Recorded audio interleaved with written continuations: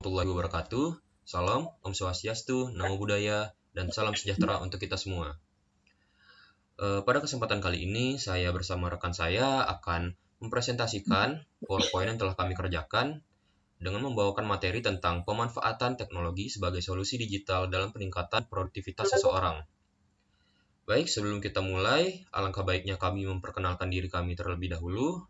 Pertama, nama saya adalah M. Khairan Nazran, dengan NIM F1S1 25050.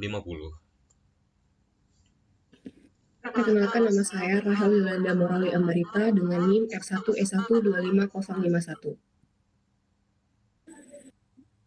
Perkenalkan, nama saya Muhammad Fatih Farhad dengan NIM F1S1 25052.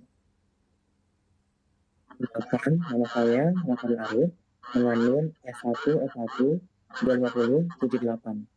Yang akan saya bacakan yaitu adalah latar belakang dan tujuan.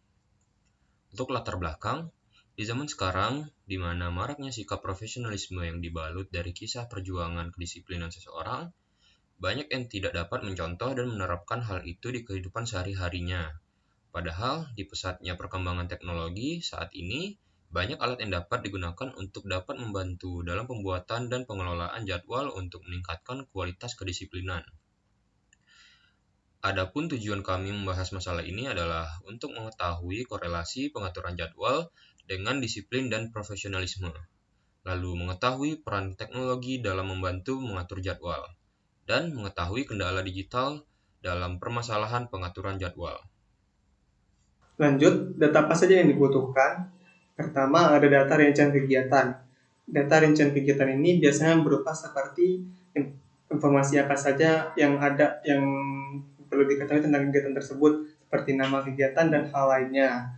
Lalu ada data skala prioritas kegiatan. Data skala prioritas kegiatan ini dapat berupa seperti kegiatan mana yang dapat dilaksanakan terlebih dahulu ketimbang kegiatan lain yang dapat dilaksanakan pada waktu yang lain. Kegiatan yang dilaksanakan terlebih dahulu ini biasanya bersifat lebih penting daripada kegiatan yang lainnya.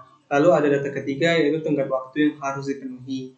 Tenggat waktu yang harus dipenuhi ini biasanya berupa seperti kapan kegiatan itu akan terlaksana, kapan kegiatan itu akan diakhiri, dan kapan kegiatan itu dan berapa lama kegiatan itu akan terlaksana. Yang dimana semua data ini akan digunakan oleh pengguna untuk dapat dipantau. Lalu ada solusi berbasis teknologi informasi. Solusi di sini kami menyarankan untuk menggunakan Google Calendar sebagai asisten digital untuk mencatat, memantau, dan menyusun jadwal berdasarkan prioritas secara terstruktur. Google Calendar sendiri memiliki fitur sinkronisasi lintas perangkat sehingga ketika saya membuat jadwal dari perangkat desktop saya, selama perangkat lain terhubung dengan akun Google yang sama, saya masih bisa mengakses jadwal yang telah saya buat dari desktop ke perangkat yang lain. Lalu ada juga fitur pengingat otomatis. Jadi tanpa perlu kita melihat jadwal yang telah kita buat, kita tinggal hanya menunggu notifikasi untuk mengetahui kegiatan apa yang kita laksanakan selanjutnya. Lalu ada juga fitur berbagi kalender yang memungkinkan koordinasi antar tim dengan jadwal yang kita buat, sehingga jadwal yang kita buat lebih transparan dengan pihak luar untuk mencegah konflik jadwal. Baik, saya akan melanjutkan penjelasan dari rekan saya sebelumnya mengenai solusi berbasis teknologi informasi. Nah, jadi sebelumnya rekan saya sudah menyinggung bahwasanya Google Calendar adalah salah satu solusi berbasis teknologi informasi yang kami pakai untuk menangani permasalahan dari pengaturan jadwal yang lebih efisien. Nah, saya akan memaparkan sedikit mengapa kami memilih Google Calendar menjadi salah satu solusi dalam penanganan permasalahan tersebut. Nah, sebenarnya aplikasi ini tuh bekerja dengan cara menyediakan sebuah kalender yang dapat dikelola dengan memberikan sebuah blok yang mewakili sebuah jenis kegiatan. Nah, yang pertama, karena tampilannya yang sederhana. Kalau tadi sudah saya baca di slide, memang aplikasi ini tuh sangat sederhana karena tampilannya itu ramah di mata user. Di setiap handphone kita bisa lihat masing-masing bahwasanya memang handphone kita masing-masing semua punya kalender bawaan.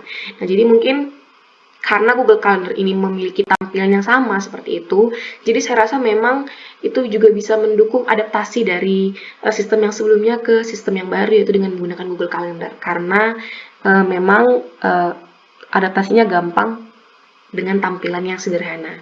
Yang kedua ada yang namanya pengingat dan notifikasi otomatis. Nah, ini tentunya bisa mempermudah user juga karena memang hampir setiap hari kita menggunakan gadget dan membawa gadget untuk pekerjaan sehari-hari. Jadi mungkin dengan adanya fitur ini bisa mempermudah kita dan meminimalisir juga resiko lupa dengan jadwal begitu. Jadi otomatis juga bisa menata jadwal kita secara real time begitu. Selanjutnya ada namanya sinkronisasi antar perangkat. Nah, jadi tidak hanya tertaut di satu perangkat saja, tapi tertaut di perangkat manapun yang memang dia menggunakan akun yang sama. Jadi Google Calendar ini tuh bisa ditautkan dengan Gmail, email, ataupun akun Google. Nah, selanjutnya ada juga yang namanya penjadwalan berulang. Jadi kita tidak perlu menjadwal secara manual setiap hari, jadi tinggal kita atur sesuai dengan keinginan kita jadwalnya dan bisa menggunakan date ataupun waktu, jadi bisa meminimkan kesalahan jadwal dan juga bisa membuat lebih fleksibel saat pengaturan jadwal. Selanjutnya itu ada penerapan solusi. Nah, jika sebuah data itu akan selalu mati jika tidak dikelola oleh pengguna itu sendiri. Nah, sehingga dibutuhkan interaksi antar pengguna dengan aplikasi untuk memperbarui data secara berkala. Nah, berikut adalah solusi yang dapat dilakukan. Nah, yang pertama itu adalah pada perangkat keras, yakni smartphone, laptop, komputer sebagai media aksesnya. Nah, yang kedua itu ada perangkat lunaknya. Yang diambil contohnya itu adalah aplikasi Google Calendar. Yang ketiga itu adalah data ataupun informasi. Nah, data itu mencakup data jadwal kuliah, tenggat tugas, agenda rapat, dan catatan kegiatan harian, dan berbagai aktivitas atau kegiatan yang mungkin sejenisnya ya. Nah, selanjutnya yang terakhir itu ada penggunanya, baik itu mahasiswa, dosen, kerja profesional, dan pengguna biasa yang akan mengelola jadwal tersebut. Nah, selanjutnya itu ada kesimpulannya. Nah, jadi setelah pembahasan yang banyak tadi, dapat diambil bahwa pengaturan jadwal itu telah menjadi sebuah aspek yang penting yang sangat diperlukan untuk meningkatkan produktivitas dan profesionalisme. Nah, ketika jadwal tidak ada memiliki pengolahan terstruktur dan konsisten, kita dapat membuktikan bahwa pengolahan jadwal ini terstruktur dan tidak dapat dipisahkan dari kehidupan akademik. Nah, jadi penggunaan Google Calendar ini sendiri adalah menjadi pijakan untuk memperbaiki hal ini. Nah, jadi teknologi itu hadir untuk membantu dalam pembuatan pengelolaan penjadwalan yang lebih terstruktur dan konsisten. Nah, melalui ini fitur yang ada pada itu sangat membantu dan menjadikannya sebagai kunci khusus untuk meningkatkan produktivitas dan profesionalisme dalam menjalankan tugas akademik maupun non akademik. Sekian dari saya. Terima kasih. Baik, dengan selesainya penjelasan kesimpulan oleh rekan saya Fadel Arif tadi, maka berakhirlah sudah presentasi kami pada kesempatan kali ini. Terima kasih telah mendengarkan sampai sesi ini berakhir. Maaf kalau ada kesalahan penyebutan pada presentasi kami kali ini. Saya M. Khairan Nazran pamit undur diri. Wassalamualaikum warahmatullahi wabarakatuh.